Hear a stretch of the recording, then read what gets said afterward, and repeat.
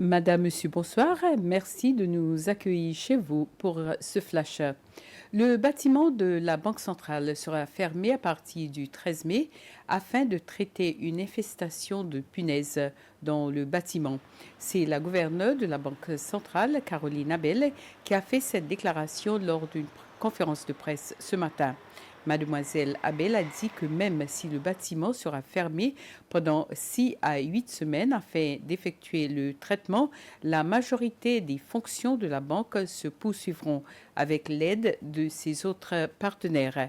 Elle a déclaré que la Banque centrale avait commencé à connaître des problèmes d'infestation de punaises en octobre de l'année dernière.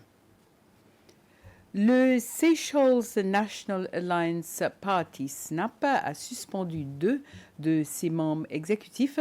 Les 2 personnes sont Godefroy Hermite, qui était le secrétaire général du parti, et le vice-président du parti, Cyril Lauti.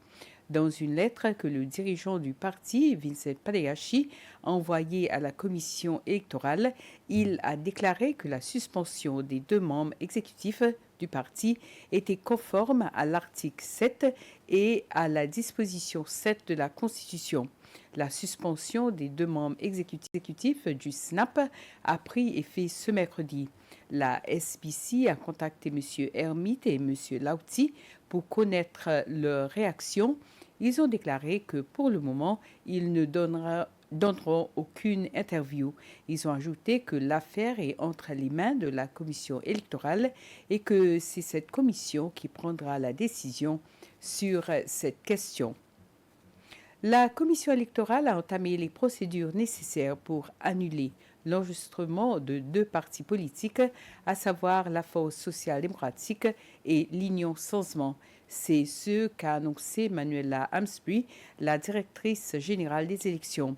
Jimmy Gabriel est le dirigeant de la Force social-démocratique, tandis que Martine Aglaé dirige l'Union Changement.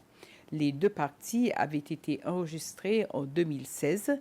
Cependant, en raison du non-respect continu des dispositions de la loi sur les partis politiques, la commission électorale a pris une résolution visant à annuler l'enregistrement des 2 partis pour non-respect de l'article 9.1 et F de la loi, et la commission est convaincue que le parti a cessé d'exister.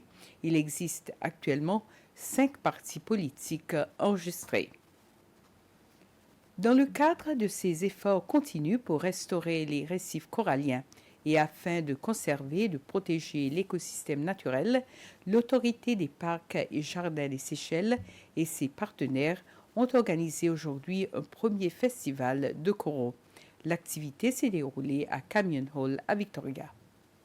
Le festival comprenait une exposition réunissant différents experts et institutions qui ont un rôle à jouer dans la restauration des récifs coralliens et la protection des océans. Le chef de la direction de l'autorité des parcs et jardins, Alan Cedras, a déclaré que l'objectif de ce festival était de sensibiliser le public sur l'importance des coraux. Dans le cadre de l'ouverture officielle de ce festival ce matin, un protocole d'accord a été signé entre l'autorité des parcs et jardins et la Banque Absa des Seychelles. Un accord qui vise vers les efforts de collaboration pour la restauration des coraux dans les zones marines protégées. D'autres activités sont prévues demain dans le cadre du Festival des coraux. Merci à vous de nous avoir suivis. Bonne soirée.